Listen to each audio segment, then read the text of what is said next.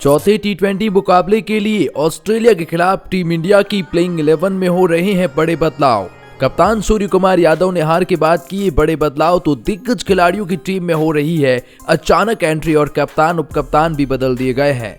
दरअसल हम बात कर रही हैं भारत बनाम ऑस्ट्रेलिया के बीच 5 मैचों की टी20 सीरीज के बारे में। एक ऐसी सीरीज जो भारत अब लगभग रोमांचक मोड़ पर लाकर खड़ा कर चुका है ऑस्ट्रेलिया भी, क्योंकि 2 मुकाबले पहले भारत ने जीते, वो दोनों मुकाबले रोमांचक थे, हाई स्कोरिंग थे। लेकिन तीसरा मुकाबला जब भारत ने इतना बड़ा स्कोर खड़ा किया, लेकिन आखिर में मैक्सवेल की उस पारी ने पूरी तरह से मैच को पलट कर रख दिया है और कहीं न कहीं ऑस्ट्रेलिया भी अपनी वापसी के झंडे गाड़ चुका है। ऐसे में ये सीरीज 2-1 की बढ़त के साथ भारत अभी भी आगे है, लेकिन चौथा टी20 मुकाबला जो खेला जाएगा वो बड़ा मुकाबला होगा, क्योंकि भारत उसको जीतकर इस सीरीज पर कब्जा करना चाहेगा। तो वहीं पर ऑस्ट्रेलिया इस सीरीज को जीतने के लिए इस मुकाबले को जीतना मस्ट विन हो जाएगा। तो ऐसे में सूर्य कुमार यादव ने अपनी कप्तानी में उपकप्तान को बदल दिया गया है। दरअसल अब यशस्वी जायसवाल के साथ जो ओपन कर रहे थे जिन्होंने पिछले मुकाबले में शतक लगाया, वो उपकप्तान नहीं है। उनकी जगह पर अब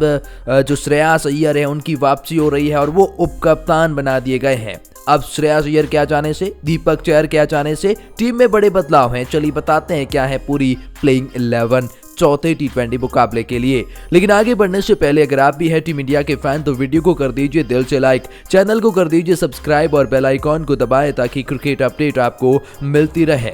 तो जी हां, भारत और ऑस्ट्रेलिया के बीच ये सीरीज रोमांचक मोड़ पर आकर खड़ी हो गई है और चौथे मुकाबले से पहले टीम इंडिया के स्क्वाड में जो बड़े बदलाव किए गए हैं और तीसरे मुकाबले में ही नहीं बल्कि लगातार मुकाबलों में खराब खेल दिखा रहे उन खिलाड़ियों को सूर्या ने साफ कहा है कि अब बाहर का रास्ता दिखाया जाएगा। तो टीम इंडिया की ओपनिंग पेयर से लेकर टीम इंडिया की गेंदबाजी एक्शंस तक कुछ बड़े बदलाव आपको देखने को मिलेंगे। चलिए बताते हैं क्या रहेगी पूरी प्लेइंग 11।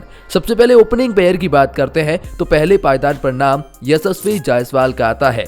अब इसमें कोई दो राय नहीं है कि यशस्वी जायसवाल ने इन 3 मुकाबलों में काफी हद तक प्रभावित किया है। हालांकि तीसरे टी20 मुकाबले में उनका बल्ला जरूर शांत रहा, लेकिन पहले 2 मुकाबलों में जो इंटेंट दिखाया है, जो खेल दिखाया है, उसमें उनके खेल पर कोई सवाल नहीं उठते हैं। इसलिए चौथे टी20 मुकाबले में भी इनकी जगह प्लेइंग 11 में पक्की है, कोई दो राय नहीं है, क्योंकि ऐसे खिलाड़ी जो विस्फोटक अंदाज में शुरुआत करते हैं, लेफ्ट एंड राइट के कॉम्बिनेशंस के लिहाज से भी यशस्वी जायसवाल जरूरी है और जो आक्रामकता अपनी पारी में ये लेकर आते हैं कोई और खिलाड़ी नहीं लेकर आता है, उस लिहाज से भी हम कह सकते हैं कि यशस्वी जायसवाल टीम इंडिया की प्लेइंग 11 में ओपनिंग पेयर के प्रबल दावेदार बन चुके हैं। अब भले ही कितने ही बड़े बदलाव क्यों ना हो, यशस्वी जायसवाल को ओपनिंग पेयर से बाहर नहीं किया जाएगा। इनके साथ में ओपनिंग पेयर में नाम ऋतुराज गायकवाड़ का आता है। भले ही उपकप्तानी का दर्जा इनसे छीन लिया गया हो, लेकिन ये ओपनिंग पेयर में पिछले मुकाबले में शतक लगाकर ये कह चुके हैं कि मेरी जगह तो पक्की है। जी हां, जो शतक इन्होंने लगाया और जो स्ट्राइक रेट से लगाया वो काबिले तारीफ है। ये वो खिलाड़ी है जो स्ट्राइक रेट की वजह से सवालिया निशानों पर रहते हैं, लेकिन जो पारी पिछले मुकाबले में आई वो काबिले तारीफ है। मतलब पूरी तरह से अगर भारत को किसी गेम में रखा तो उस पारी नहीं रखा है। बहुत ही अव्वल दर्जे की वो इनिंग्स देखने को मिली है जहां ऋतुराज गायकवाड़ की तरफ से। इस खिलाड़ी के पास वो सारे खेल नजर आते हैं। इसके पास वो धीमी पारी को बिल्ड करना, पारी को चलाने की काबिलियत, ओपनिंग पेयर में वो गैप्स निकालना, चौके निकालना और उसके बाद आक्रामकता जब बिल्ड हो जाती है, जब इंक्लूड हो जाती है इनकी पारी में, तो फिर एक अव्वल दर्जे का खिलाड़ी ऋतुराज गायकवाड़ के रूप में नजर आता है। इनके आगे नंबर 3 पर नाम श्रेयस अय्यर का आएगा। तिलक वर्मा पिछले कुछ समय से अपने खराब खेल की वजह से चर्चा में बने हुए हैं, क्योंकि तीनों टी20 मुकाबले में मौका मिला और उस खेल को भुना नहीं पाए हैं। तो ऐसे में अब अगले मुकाबले में इनको बाहर किया जाएगा। इनकी जगह पर श्रेयस अय्यर की वापसी है और टीम के उपकप्तान है, इसलिए उनकी जगह प्लेइंग 11 में पक्की है, क्योंकि अब श्रेयस अय्यर वो खिलाड़ी है जो पिछले कुछ समय से लगातार फॉर्म में है, चाहे फिर वो वनडे फॉर्मेट हो या टी20 फॉर्मेट। जो आक्रामकता इनके पास में है और मिडिल ऑर्डर में आकर नंबर 3 को संभालने की जो काबिलियत इनके पास में है, वो एक अव्वल दर्जे की नजर आती है। तो नंबर 3 पर श्रेयस अय्यर आपके नजर आएंगे। नंबर 4 की बात करेंगे तो नाम सूर्य कुमार यादव का आएगा। देखिए, सूर्य कुमार यादव एक ऐसे खिलाड़ी है जो मैदान के हर कोने में रन बनाने की काबिलियत रखते हैं। टी20 के अंदर जो इनका इंटेंट है वो पारी को बदलने का मादा रखता है। सूर्य कुमार यादव नंबर 4 पर आकर अगर पारी को संभालने की जरूरत पड़ी तो वो कर सकते हैं। मिडिल ऑर्डर में आकर विस्फोटक अंदाज में पारी को आगे बढ़ाने की काबिलियत भी सूर्य कुमार यादव को बड़े अच्छे से आती है। जो कप्तानी के अंदर इनकी टीम झंडे गाड़ रही है वो भी काबिले तारीफ है। भले ही दूसरा टी20 मुकाबला जीते और तीसरा हारे हो, लेकिन कप्तानी अभी तक अच्छी देखने को मिली है, अच्छा प्रभावित इन्होंने किया है। नंबर 4 पर अगर आपके पास सूर्य कुमार यादव जैसे मिस्टर 360 डिग्री प्लेयर हो, जो मैदान के हर कोने में रन बनाते हो, जो किसी भी सिचुएशन में बल्लेबाजी कर सकते हो, तो फिर आपकी टी20 टीम और भी ज्यादा स्ट्रांग नजर आती है। इसीलिए ऑस्ट्रेलिया के खिलाफ अब चौथे टी20 मुकाबले में सूर्या की जिम्मी बढ़ जाएगी, क्योंकि सूर्या को अपने बल्ले से आग उगलना होगा और चौथे मुकाबले को जीतकर इस सीरीज पर यही मोहर लगानी होगी। अपनी कप्तानी में ये करना चाहेंगे। नंबर 5 की बात करेंगे तो नाम ईशान किशन का जाएगा। देखिए, ईशान किशन वो खिलाड़ी है जो विस्फोटक अंदाज में मैच को फिनिश कर सकते हैं, विस्फोटक अंदाज में पारी को आगे बढ़ा सकते हैं। ईशान किशन की हाइट भले ही छोटी हो, लेकिन जो छक्के लगाते हैं वो बड़े लंबे लगाते हैं। ईशान किशन विकेट कीपिंग का जिम्मा संभालते हैं। हालांकि तीसरे टी20 मुकाबले में उनकी विकेट कीपिंग पर काफी आलोचना हुई, उतनी अच्छी देखने को नहीं मिली, लेकिन एक खैराब खेल आपके प्लेइंग 11 से बाहर नहीं कर सकता। पहले 2 लगातार मुकाबलों में आपने हाफ सेंचुरी लगाई है, हालांकि तीसरे टी20 मुकाबले में आपका बल्ला साथ रहा। हाँ, ये हो सकता है कि ये नंबर 3 पर खेले, तो फिर श्रेयस अय्यर को नंबर 5 पर आना पड़ेगा, जो कि उनका खेल नहीं है। तो ऐसे में ईशान किशन ही नंबर 5 पर आए, तो क्योंकि उनका वो खेल भी है, नंबर 5 पर विकेटकीपर बल्लेबाज के तौर पर वो खेल चुके हैं वनडे में और खेल चुके हैं टी20 में, तो फिर उनकी जगह पक्की हो जाती है। इसीलिए नंबर 5 पर आपको ईशान किशन नजर आते हैं। उम्मीद करते हैं एक अच्छी फिनिशिंग देखें, उम्मीद करते हैं एक अच्छा खेल इनकी तरफ से अब हमको देखने को मिले।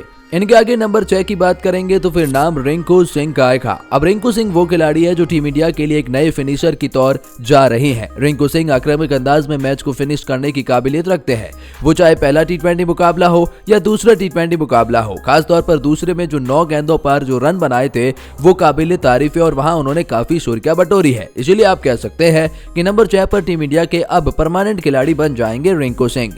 जो काबिलियत इनके अंदर दिखाई दे रही है, जो मैच को फिनिश करने की क्षमता, जो निडरता इनके अंदर दिखाई देती है, जो लेफ्ट एंड राइट कॉम्बिनेशंस के लिहाज से भी जरूरी हो जाते हैं, तो टीम इंडिया के लिए रिंकू सिंह जैसा खिलाड़ी अगर इस अंदाज में और युवा और बेखौफ होकर खेले तो टीम इंडिया की जीत वहीं सुनिश्चित हो जाती है। इसीलिए अब देखना होगा ऑस्ट्रेलिया के खिलाफ चौथे टी20 मुकाबले में रिंकू सिंह अपने बल्ले से किस तरह से तेवर और देवर दिखाते हैं। उम्मीद करते हैं कुछ बड़े आक्रामक शॉट देखने को मिले, कुछ बड़े ऐसे इंटेंट देखने को मिले जो हर किसी को प्रभावित करे। इसलिए रिंकू सिंह नंबर 6 पर आपके नजर आएंगे। नंबर 7 की बात करें तो लगातार खेल रहे अक्षर पटेल का नाम आ जाता है।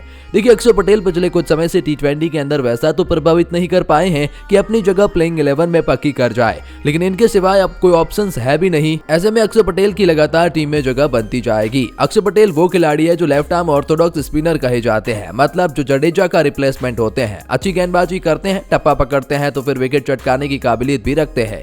हालांकि उतनी अच्छी भी सीरीज गई नहीं है, देखना होगा चौथे टी20 मुकाबले में अपने गेंदबाजी से किस तरह से प्रभावित करते हैं। लेकिन इनके साथ में इनकी जो बल्लेबाजी है उसी वजह से ये टीम में जगह बना पाते हैं, क्योंकि बल्लेबाजी में बड़े बड़े शॉट लगाने की काबिलियत इनके पास में है। मैच को फिनिश करने की जरूरत पड़ी तो नंबर 7 पर ये खिलाड़ी करने का कैपेसिटी रखता है। इसलिए नंबर 7 पर अगर आपको अक्षर पटेल जैसा खिलाड़ी और परफेक्ट ऑलराउंडर मिल जाए तो आपकी टीम इंडिया की प्लेइंग 11 की कॉम्बिनेशन और भी ज्यादा गहराई में नजर आती है और बल्लेबाजी में भी गहराई आपको मिल जाती है। इसलिए नंबर 7 पर इनका खेलना तय माना जाता है। नंबर 8 की बात करें तो नाम रवि बिश्नोई का आता है। अब रवि बिश्नोई ने तो अपने आप को प्रभावित किया है इन 3 मैचों के अंदर, क्योंकि रवि बिश्नोई ने वो काबिलियत दिखाई है कि वो स्पिन गेंदबाजी में विकेट चटका सकते हैं। खास तौर पर दूसरे टी20 मुकाबले में जो विकेट 3 चटकाए थे वो काबिल तारीफ थे।